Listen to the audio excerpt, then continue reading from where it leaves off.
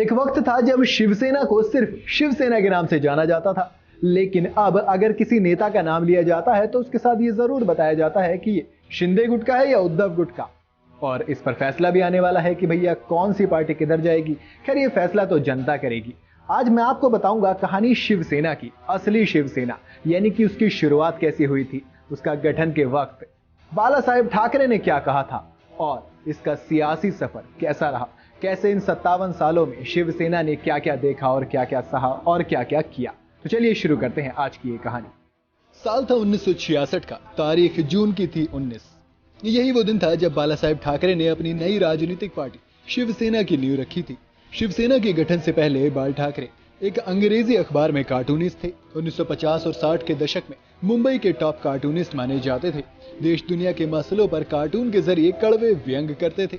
उनके पिता ने मराठी बोलने वालों के लिए अलग राज्य की मांग को लेकर आंदोलन किया था।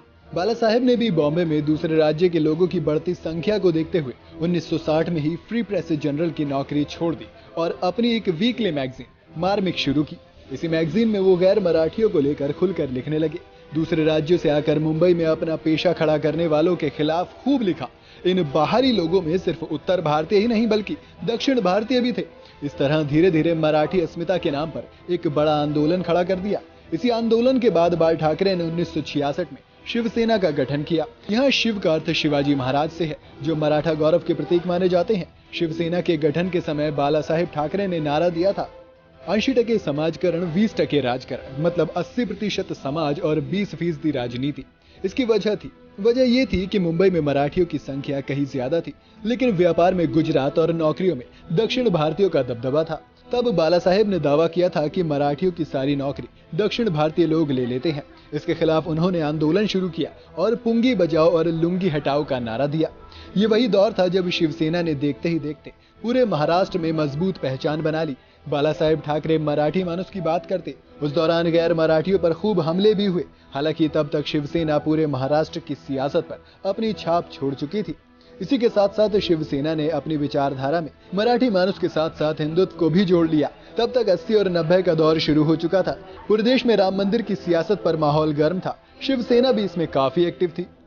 उसके बाद 1987 में विलापार्ले विधानसभा सीट के लिए हुए उपचुनावों में पहली बार शिवसेना ने गर्व से कहो हम हिंदू हैं का नारा दिया। हिंदुत्व के नाम पर वोट मांगने पर चुनाव आयोग ने ठाकरे से 6 साल के लिए मतदान का अधिकार छीन लिया था।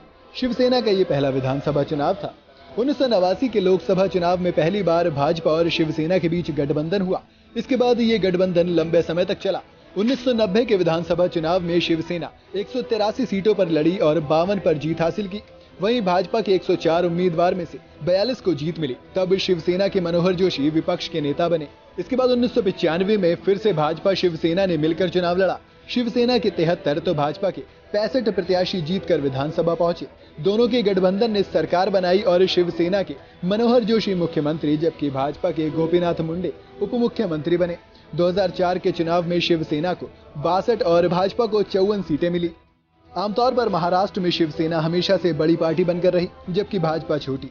लेकिन 2009 में इसका उलट हुआ। तब दोनों पार्टियों की सीटें कम हुई, लेकिन भाजपा को पहली बार शिवसेना से ज्यादा सीटें मिली। भाजपा ने तब 46 सीटें और शिवसेना ने 45 सीटें जीती। 17 नवंबर 2012 को बाला साहेब ठाकरे का निधन हो गया। उद्धव ठाकरे ने शिवसेना की कमान संभाल ली थी। इसके बाद से शिवसेना और भाजपा के बीच दूरियां भी बढ़ती गईं। 2014 की बात है जब 1989 के बाद पहली बार दोनों पार्टियां अलग हुई। शिवसेना ने सभी 288 सीटों पर चुनाव लड़ा, लेकिन शिवसेना को केवल 63 सीटों पर जीत मिली। वहीं भाजपा के 122 उम्मीदवार जीतकर विधानसभा पहुंचे। परिणाम आने के बाद फिर से दोनों पार्टियों के बीच गठबंधन हुआ और भाजपा के देवेंद्र फडणवीस मुख्यमंत्री बने। फिर आया 2019 लोकसभा चुनाव के लिए दोनों पार्टियों ने गठबंधन किया। भाजपा 25 तो शिवसेना 23 सीटों पर चुनाव लड़ी। भाजपा ने पूर्ण बहुमत हासिल की। शिवसेना के कोटे से एक सांसद को मंत्री भी बनाया गया। हालांकि इसके कुछ दिन बाद विधानसभा चुनाव हुए। भाजपा ने 105 और शिवसेना ने 56 सीटों पर जीत हासिल की। तब शिवसेना प्रमुख ने 2.5 साल वाला सरकार फॉर्मेट दिया, मतलब 2.5 साल भाजपा और 2.5 साल शिवसेना का मुख्यमंत्री रहेगा। हालांकि भाजपा ने ये ऑफर ठुकरा दिया और दोनों का गठबंधन फिर टूट गया। बाद में शिवसेना प्रमुख उद्धव ठाकरे ने कांग्रेस अध्यक्ष सोनिया गांधी और एनसीपी प्रमुख शरद पवार से बात करके गठबंधन कर लिया और इसका नाम रखा गया महाविकास आघाड़ी और उद्धव ठाकरे मुख्यमंत्री बन गए। इसके बाद आती है एक और जून। जी हाँ, ये जून थी साल 2023 की। 21 जून को उद्धव ठाकरे, जो कि उस वक्त मुख्यमंत्री थे, उनकी ही पार्टी के 16 विधायकों ने उनके खिलाफ बगावत कर दी। बगावत का नतीजा ये हुआ कि उन्होंने उपाध्यक्ष से कहा कि भैया इनको बर्खास्त कर दीजिए। जो उपाध्यक्ष थे जरीवाल, उन्होंने नोटिस दिया, लेकिन इसके बाद उद्धव ठाकरे ने इस्तीफा दे दिया और उद्धव ठाकरे की सरकार गिर गई। इसके बाद जो बागी विधायक थे, उनके साथ शिंदे ने मिलकर, बीजेपी के साथ मिलकर मुख्यमंत्री बने महाराष्ट्र के। और एक तरीके से जो शिवसेना की लड़ाई थी वो शुरू हो गई, यानी कि जो शिवसेना कभी एक हुआ करती थी वो अब गुटों में बंट गई। तो यही थी कहानी शिवसेना की, पूरे 57 साल की कहानी। आपको ये कहानी कैसी लगी मुझे कमेंट में जरूर बताइएगा। वीडियो अगर आपको पसंद आई हो तो इसे लाइक और शेयर जरूर करें और जाते जाते चैनल को सब्सक्राइब करना बिल्कुल ना भूलें।